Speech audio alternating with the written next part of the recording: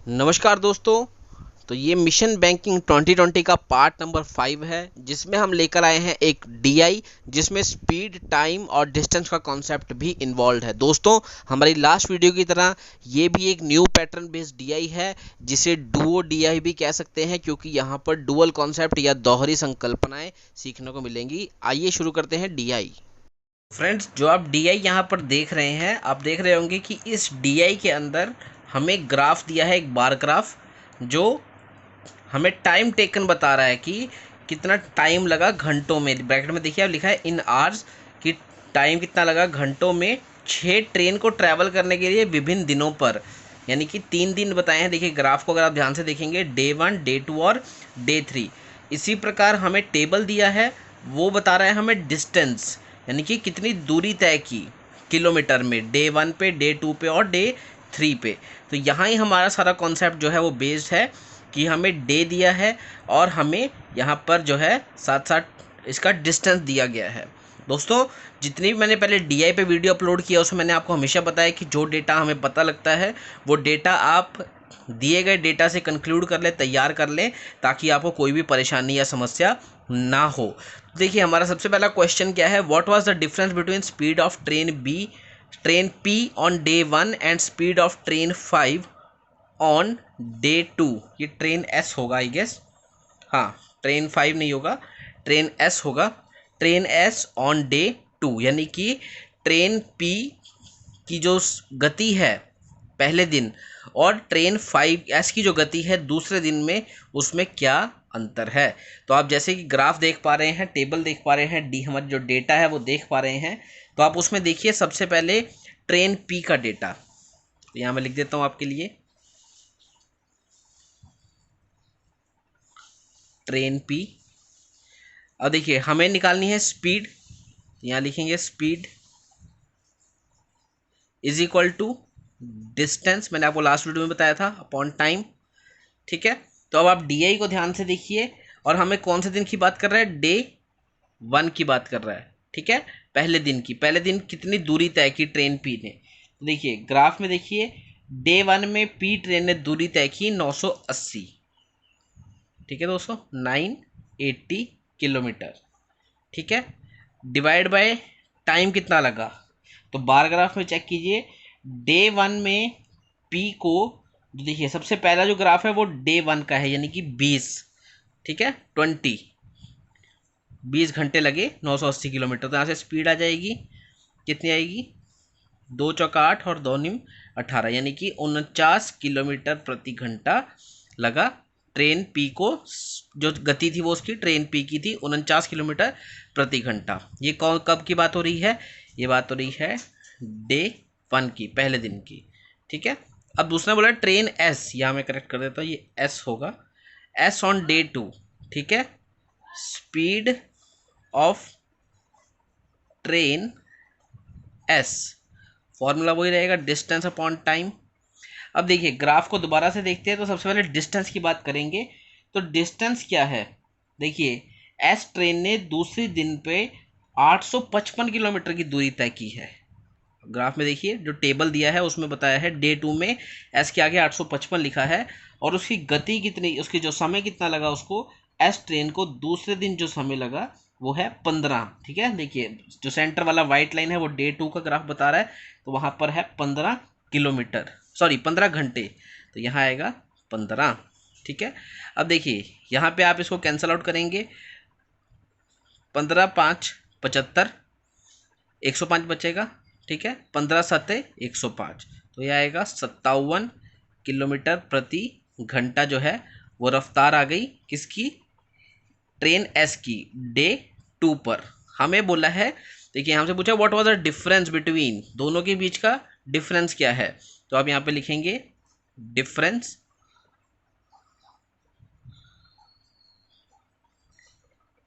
Speed train S minus speed train P. तो ये कितना आएगा, यहाँ पे है 57 माइनस कितना है 49, तो यहाँ कितना आंसर आएगा 8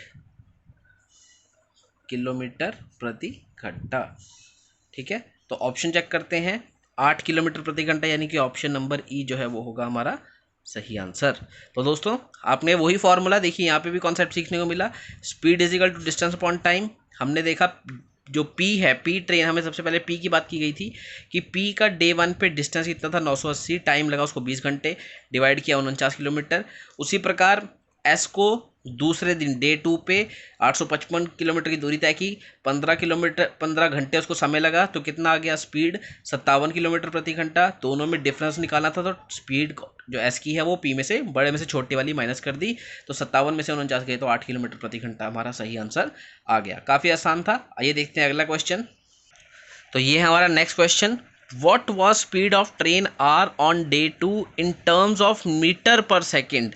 यहाँ पे हमसे पूछा है मीटर पर सेकंड में हमें आर की गति बतानी है डे 2 पर। तो सबसे पहले फॉर्मूला लिखेंगे, speed is equal to distance upon time, गति बराबर दूरी बटा समय। ठीक है, अब देखिए हमें जो ग्राफ अगर आप देख रहे हैं तो ग्राफ के ऊपर बहुत क्लियरली लिखा है टेबल के ऊपर इन किलोमीटर, डिस्टेंस इन किलोमीटर, यानी कि दूरी जो है वो किलोमीटर में दी गई है। पहले आर की दूरी देख लेते हैं। आर ने दूसरे दिन कितनी दूरी तय की, 1008 किलोमीटर। ठीक है, तो आर ने 1008 किलोमीटर दूरी तय की। कब की बात है ये, डे 2 की। ठीक है, टाइम कितना लगा, तो बार ग्राफ में चेक कीजिए। देखिए टेबल ग्राफ डिस्टेंस बता रहा है और टाइम जो टाइम है वो हमें बार ग्राफ से पता लग रहा है। तो आर ने जो दूसरे दिन यानी कि वाइट वाले हम ग्राफ देखेंगे तो उसमें 16 है, 18, 16, 22 लिखा है और डे 2 का है 16, तो यहाँ पे आएगा 16 घंटे, ये घंटे में दिया है। ठीक है, तो आप इसको डिवाइड कर दीजिए, 16 6 96, 16 को 6 से करेंगे 96 आ जाएगा, 4 बचेगा, 100 में से 96 गए 4, 48, 16 तिया 48, यानी कि 63 किलोमीटर प्रति घंटा की रफ्तार से वो ट्रेन जो है उसकी गति थी, या ट्रेन उतने गति से चली। हमसे यहाँ पूछ रहा है मीटर पर सेकंड में। तो दोस्तों एक ट्रिक मैं आपको बता देता हूँ यहाँ पर, इसको याद रखिएगा कि जब भी हमें किलोमीटर प्रति घंटा से मीटर पर सेकंड में बदलना हो किसी भी टर्म को, तो हम क्या करते हैं, जो हमारे पास टर्म किलोमीटर प्रति घंटा में है उसको 5/18 से गुना करेंगे, तो जो आंसर है वो मीटर पर सेकंड में आएगा। इसी प्रकार मीटर पर सेकंड वाले को अगर आप 18/5, इसका उल्टा 18/5, 5/18 का उल्टा 18/5 से गुना करेंगे तो आंसर किलोमीटर प्रति घंटा में आ जाएगा। तो ये ट्रिक याद रखनी है कि अगर किलोमीटर प्रति घंटा वाले को 5/18 से करेंगे तो मीटर पर सेकंड में आंसर आएगा। अब हमें इसका आंसर मीटर पर सेकंड में पूछा गया, देखिए यहाँ पे मीटर पर सेकंड में पूछा गया है, तो मीटर पर सेकंड में इसको करने के लिए क्या करेंगे, हम इसको 5/18 से गुना करेंगे। ठीक है, तो मैं यहाँ कर देता हूँ 63 गुना 5/18। ठीक है, अब देखिए 5/18 तो यहाँ आएगा 9 7 63, 2 9 18, यानी कि 7 5 35/2 और 35/2 कितना आएगा 17.5, 17.5 मीटर पर सेकंड। तो हम जो है देखिए 63 को 5/18 से गुना किया, 7 को 9 से गुना करेंगे 63 आएगा, 2 को 9 से करेंगे 18 आएगा, 7 गुना 5 35 डिवाइड बाय 2, और 35 को 2 से डिवाइड करेंगे तो 17.5, और हमारा आंसर अब किस में आएगा, मीटर पर सेकंड में। तो ऑप्शन चेक करते हैं, देखिए ये ऑप्शन नंबर बी है 17.50 मीटर पर सेकंड। तो सारे ऑप्शन मीटर पर सेकंड में, तो हमारा सही आंसर है 17.50 मीटर पर सेकंड। आइए देखते हैं अगला क्वेश्चन। तो तीसरे क्वेश्चन में हमसे पूछा गया है कि speed of train U on day 3 was approximately what percent of speed bye it on day 1, यानी कि जो ट्रेन 2 की गति तीसरे दिन थी वो कितना प्रतिशत थी किस गति के, जो ट्रेन यू की गति थी पहले दिन। ठीक है, तो तीसरे दिन जो उसकी गति थी वो पहले दिन का कितना प्रतिशत रही होगी। अप्रॉक्सीमेटली पूछा यानी कि अनुमानित पूछा, सही आंसर नहीं निकलेगा, हमें अनुमानित आंसर देना है। तो हम सबसे पहले क्या करेंगे, ट्रेन यू की गति निकाल लेंगे डे तीसरे को, और ट्रेन यू की गति निकाल लेंगे डे 1 को। तो आइए सबसे पहले हम लिखते हैं यहाँ पर फॉर्मूला। ठीक है, तो स्पीड ऑफ ट्रेन यू की गति कब, डे तीसरे दिन is equal to distance upon time. ठीक है, अब आप ग्राफ में देख लीजिए, सबसे पहले कितनी दूरी तय की ट्रेन यू ने तीसरे दिन, तो ट्रेन यू ने तीसरे दिन दूरी तय की है 1518 किलोमीटर। कितना समय लगा वो बार ग्राफ में चेक कर लीजिए। ट्रेन यू ने तीसरे दिन उसको 23 घंटे लगे। क्लियर है। ऐसे ही इसको आप कैलकुलेट कर लेंगे, तो आप इसको यहाँ डिवाइड करेंगे तो ये आ जाएगा 23 को 6 से करेंगे 138 आएगा, और फिर 6 से करेंगे तो 138 आएगा, यानी कि 66 किलोमीटर प्रति घंटा जो है उसकी रफ्तार रही डे तीसरे को। उसने पूछा है डे 1 से कितना प्रतिशत है उसकी, तो अब लिखेंगे स्पीड ऑफ ट्रेन यू कौन से दिन, डे 1। ठीक है, तो ग्राफ में चेक कीजिए डे 1 को यू ने कितनी दूरी तय की, तो फॉर्मूला वही रहेगा 871 किलोमीटर तय किया, और किस रफ्तार से 13 किलोमीटर प्रति घंटे, सॉरी 13 घंटे में रफ्तार हमें ज्ञात करनी है। ठीक है, तो देखिए 13 छिक 78, 78 में 9 जोड़ेंगे तो 87 आएगा, यानी कि 9 बचा, 9 और 1 91, 13 7 91, यानी कि 67 किलोमीटर प्रति घंटा। तो ये तो हमने स्पीड निकाली ट्रेन यू की तीसरे दिन और पहले दिन, 66 किलोमीटर और 67 किलोमीटर प्रति।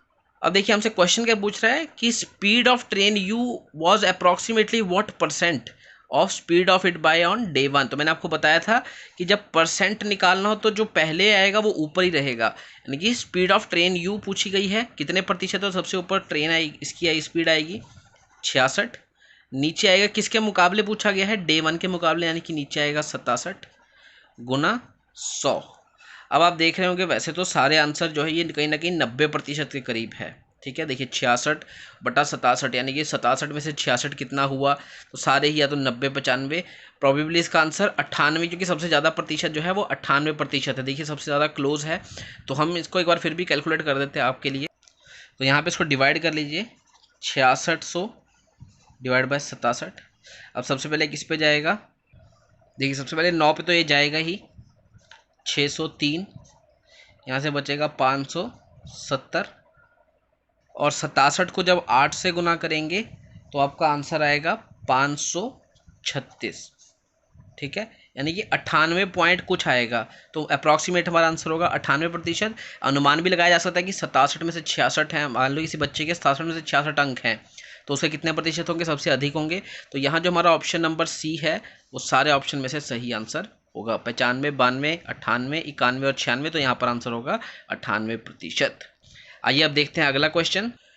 नेक्स्ट क्वेश्चन में पूछ रहा है what is ratio of speed of train T to train U on day 2।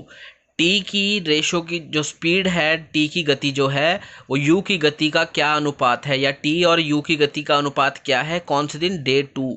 तो दोस्तों जितने भी मैंने रेशो पे क्वेश्चन आ रहे होंगे, अब आपको अगर आप मेरी वीडियो देख रहे हैं तो आसान लग रहे होंगे, क्योंकि मैं आपको ऑलरेडी रेशो की कॉन्सेप्ट बता चुका हूँ। अगर आपने अभी भी मेरे पुराने वीडियोज़ नहीं देखे तो उसको ज़रूर देख लें, उनमें मैंने आपको बताया कि रेशो कैसे कैलकुलेट करनी है और कैसे सही आंसर आप लोग निकाल सकते हैं। ठीक है, तो यहाँ हमसे रेशो पूछा है, तो हम सबसे पहले फॉर्मूला लिखेंगे, ratio is equal to speed of train T divided by speed of, actually यहाँ पे डिवाइड नहीं है, रेशो के लिए लगाया गया है, ट्रेन यू। ठीक है, तो सबसे पहले हमें ट्रेन टी की निकालनी है डे 2 पे स्पीड। ठीक है, तो स्पीड ऑफ ट्रेन टी, तो देखिए सबसे पहले आपको देखना है ग्राफ में कि टी ने दूरी कितनी तय की डे 2 पे, 1144, देख पा रहे होंगे आप, 1144। ठीक है, टाइम कितना लगा उसको, टी को, दूसरे दिन 22 घंटे। ठीक है, तो आप इसको निकाल लीजिए, 22 5 110, 44, यानी कि 22 दूनी 44, यानी कि 52 किलोमीटर प्रति घंटा की रफ्तार रही होगी। इसी प्रकार स्पीड ऑफ ट्रेन यू निकाल लेते हैं। ट्रेन यू ने कितनी दूरी तय की दूसरे दिन, 1224, कितने घंटे लगे, 18 घंटे। यहाँ पे इसको डिवाइड कर लीजिए, 9 दूनी 18, 612 गुना 2। ठीक है, 9 छिका 54, और यहाँ पर बचेगा 72 नामिट 72, यानी कि 68 या 68 किलोमीटर प्रति घंटा। तो ये 52 आ गया और ये 68 आ गया। अब इसका अनुपात पूछा है हमसे, रेशो पूछा है, तो हम रेशो कैलकुलेट करेंगे।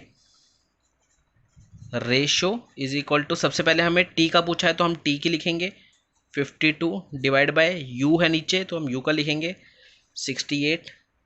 इसको कैंसिल आउट कर दीजिए। 26 दूना 52, 34 दूना 68, पहले तो ये आ गया।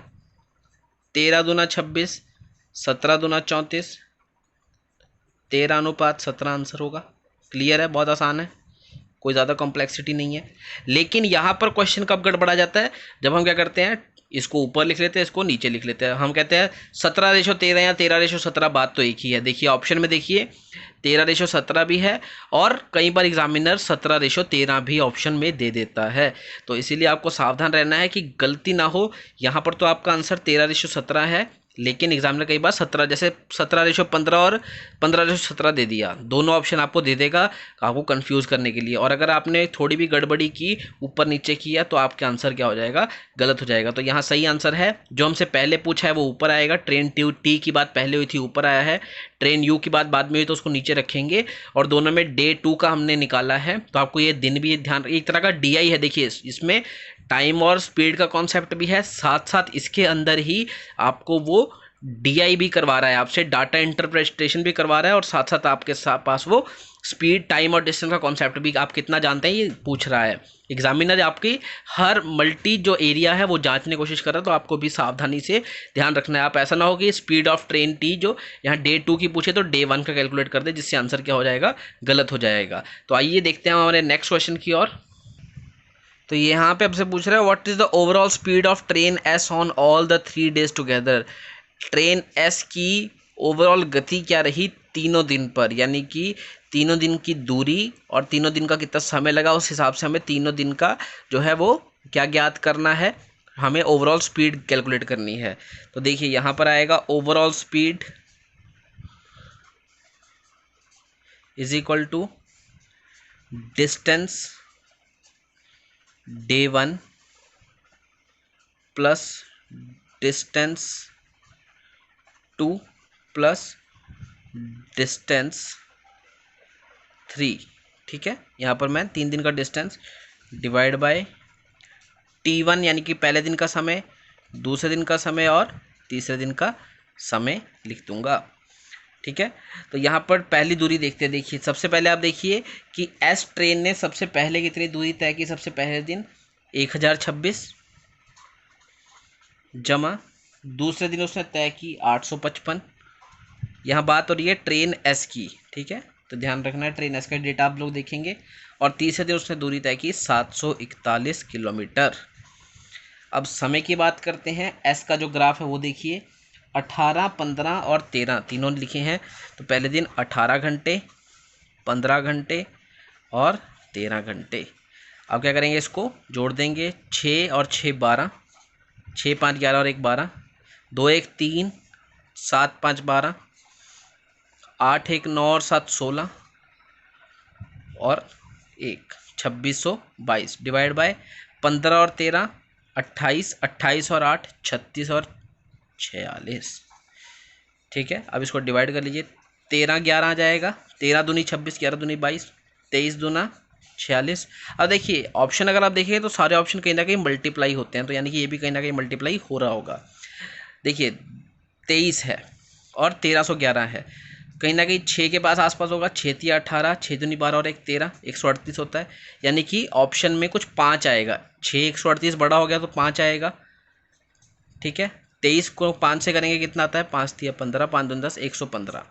अब 13 11 में से 115 माइनस किए तो यहाँ पे आ गया 161। अब 161 यानी कि 23, अब आपको देखना, देखिए 2 8 16, यानी कि कहीं ना कहीं 7 के आसपास होगा।